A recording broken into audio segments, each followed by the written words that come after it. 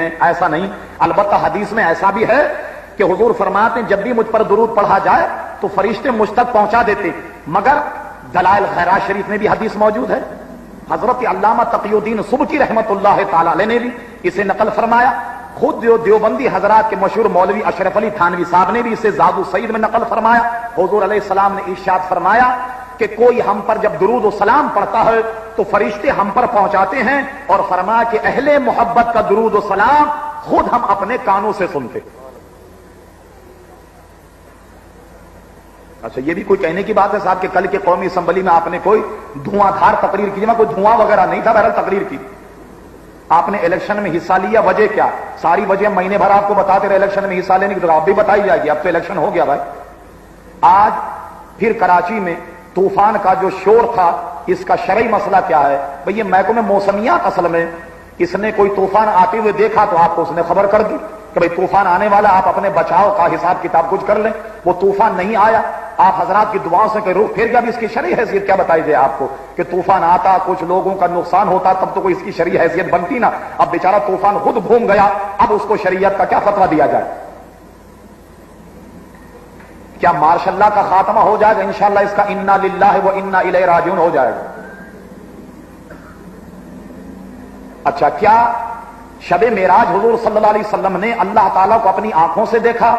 مکمل اہل سنت کا یہ عقیدہ ہے کہ اللہ تبارک و تعالیٰ کو حضور صلی اللہ علیہ وسلم نے اپنی آنکھوں سے دیکھا۔ اس مسئلے پر کوئی صاحب تحقیق کرنا چاہیں، رویت باری تعالیٰ پر اعلیٰ حضرت امام اہل سنت کا مفصل فتویٰ موجود ہے۔ علامہ قاضی ایاز نے کتاب الشفا میں بڑی عمدہ بحث کی ہے۔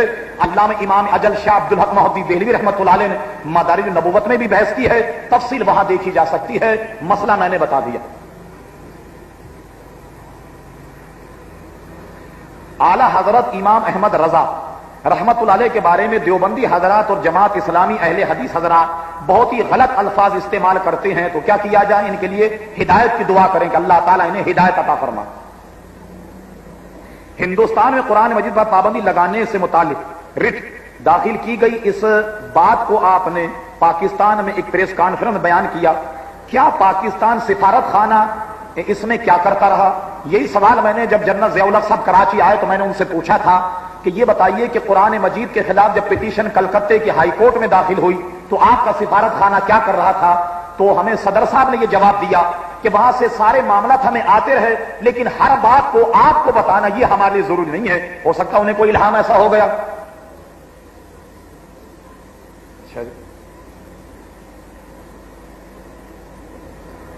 اچھا جی، پراپرٹی کے مد میں دلال دونوں فریقوں سے دلالی لیتے ہیں، شرعاً یہ کیسا ہے؟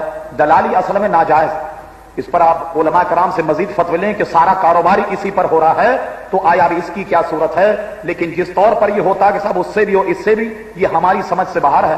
مفتی صاحب سے فتویٰ لے کر، اور ہو سکتا ہے کہ اس کے تمام جو موجودہ صورت ہے اس نئی صورت کو غور کرتے ہوئے علماء اگر کوئی موقف اختیار کریں تو آپ ان سے فتویٰ پوچھ سکتے ہیں۔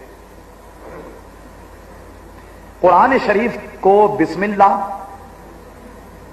کیا ہے صاحب؟ بسم اللہ کر کے لوگ پڑھتے ہیں، اس کے بارے میں کیا؟ بہت سارے حضرات جو ہیں وہ قرآن مجید ساری انگلی پھیرتے ہیں بسم اللہ، تو ایسا نہ پڑھیں، بلکہ اگر آپ گھنٹے یا آدھ گھنٹے اگر آپ کو اسی طرح قرآن کی تلاوت کا شوق ہے کہ خالی بسم اللہ شریف پڑھیں، تو آپ کوئی قرآن کی سورت جو آپ کو یاد ہے آپ بار بار اسے پڑھتے رہیں، وہ بہت بہتر ہے۔ مثلا قل هو اللہ احد، آپ یہ سورت پڑھتے رہیں آدھے گھنٹے تک، اس کا ثواب آپ کو ملے گا، اور یہ صحیح۔ حکومت کیا اسلامی نظام میں مخلص ہے؟ یہ تو حکومت سے پوچھیے گا صاحب، ہم تو ابھی پیچھے اس کے پڑے ہوئے ہیں ضرور کہ اسلامی نظام نافذ کیا جائے، تو حکومت ہی آپ کو جواب دی، میں کوئی حکومت تھوڑی۔ روزے کی حالت میں احتلام ہونے سے کیا روزہ ٹوٹ جائے گا؟ حالت روزے میں اگر احتلام ہو جائے تو روزہ نہیں ٹوٹے۔ قرآن شریف کے ترجمے الگ الگ مولانا کے ہوتے ہیں، کون سا ترجمہ صحیح ہے؟ ہمارا نقطہ نظر یہ ہے کہ حضرت علامہ امام اہل سنت مولانا شاہ احمد رضا خان فاضل بریلوی رحمت اللہ علیہ کا ترجمہ درست ہے، اور تراجیم پڑھنے والے حضرات اسی کو پڑھا کریں۔ دوسرا سوال، قبر کے تیسرے سوال میں حضور صلی اللہ علیہ وسلم کا دیدار کرایا جاتا ہے۔ ایک ساتھ لاکھوں افراد قبر میں اتارے جاتے ہیں تو انہیں ایک ساتھ ہی قبر میں گویا پوچھنا چاہتے ہیں کہ کیسے دیدار ہوگا؟ یہ کوئی اس میں اصل میں پریشانی کی بات نہیں ہے. حضور صلی اللہ تعالی علیہ وسلم کو جب گویا جب کسی آدمی کو قبر میں رکھا جاتا اس سے تیسرا سوال حضور کو دکھا کر ہوتا کہ بتا ان کے بارے میں کیا کہتا تھا. ما تقول فی حق حاضر رجل, اس آدمی کے بارے میں تو کیا کہتا. حدیث شریف فرمایا گیا کہ قبر والا حضور کو پہچان کر کہے گا ہوا محمد صلی اللہ علیہ وسلم, یہ تو محمد ہے صلی اللہ علیہ وسلم. تو پھر فرشتے کہیں گے نم کنمت العروس, اے قبر والے اب تو ایسے سو جا جیسے دلہن سوتی. یہ حدیث شریف صحیح صحیح ستہ میں موجود ہے. مشکات میں عذاب قبر کے اس بات میں یہ ساری حدیثیں موجود ہیں. تو آپ کا یہ کہنا کہ ایک وقت میں قبر میں کیسے ہوگا, تو یہ شاید آپ کو سمجھنے میں غلطی ہو گئی. تو یہ بتائیے صاحب, یہ ایک شیطان کتنوں کو پریشان کیے ہوئے, کبھی آپ نے سوچا, کبھی آپ نے سوچا یہ ایک شیطان کتنوں کو پریشان کیے ہوئے ہے. بہت سارے لوگ جو کہتے ہیں صاحب یہ ایک جگہ حضور کا پہنچنا غلط ہے اور یہ شرک ہے, تو یہ اپنے ابا حضور کے لیے تو سارا کچھ مان رہے اور حضور کے لیے انکار کرے, تو یہ تو کوئی انصاف نہیں. اچھا, عوام میں مشہور ہے کہ دوران نماز ایک پیر کا انگوٹھا ہر حال میں زمین پر سختی سے لگا رہنا چاہیے, اگر اس طرح نہ کیا تو نماز ہوگی یا نہیں. مسئلہ یہ اصل میں انگوٹھے کا لگنا نہیں, نماز حالت سجدہ میں انگوٹھے کا لگنا یہ ضروری ہے. ہمارے نزدیک علماء احناف جو فتویٰ دیتے ہیں ایک انگوٹھے کا لگنا فرض ہے اور تین تین انگلیوں کا سجدے کی حالت میں زمین پر لگنا, اسے ہمارے علماء واجبات سے لکھتے ہیں کہ یہ واجب ہے. اچھا, یہ بھی اسی سے متعلق ہے مسئلہ کہ بعض لوگوں کو دیکھا گیا کہ سجدے کی حالت میں پاؤں کی انگلیاں زمین پر نہیں لگاتے. بہت لوگ دیکھتے ہیں صاحب سجدہ جب کرتے ہیں تو پیچھے سے دونوں پیر اٹھا دیتے ہیں, یہ غلط ہے. اس طریقے سے سجدہ صحیح نہیں ہوگا اور نماز بھی نہیں ہوگی. اچھا, یہ بہرحال کسی صاحب نے تو دوسرے انداز میں سوال کیا, میں آپ کو دوسرے انداز میں بتا دوں گا تاکہ آپ سوال سمجھ جائیں. عورتوں پر وہ دن کہ جن دنوں میں عورتوں پر نمازیں معاف ہیں, کسی صاحب نے دریافت کیا کہ عورتیں جو ہیں وہ روزے رکھیں گی یا نہیں, ان پر روزے بھی معاف ہیں. اہل سنت کا اس میں مذہب یہ ہے کہ وہ ایام جن پر عورتوں پر نمازیں وہ نہیں پڑھتی نمازیں معاف ہیں, نمازوں کی قضا نہیں کریں گی, مگر جتنے روزے چھوٹ جائیں ان ایام میں روزوں کی قضا ہوگی, نماز کی قضا نہیں ہوگی.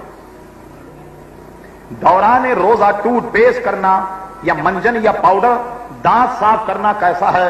ظاہر ہے کہ یہ پاؤڈر ہے یا ٹوتھ پیسٹ ہے, اس میں ذرات ہوتے ہیں اور غالب گمان یہ ہے کہ وہ حلق سے نیچے اتر جائیں گے, لہذا مسواک کی تو اجازت ہے لیکن دوسرے منجن یا ٹوتھ پیسٹ وغیرہ کی اجازت نہیں ہے.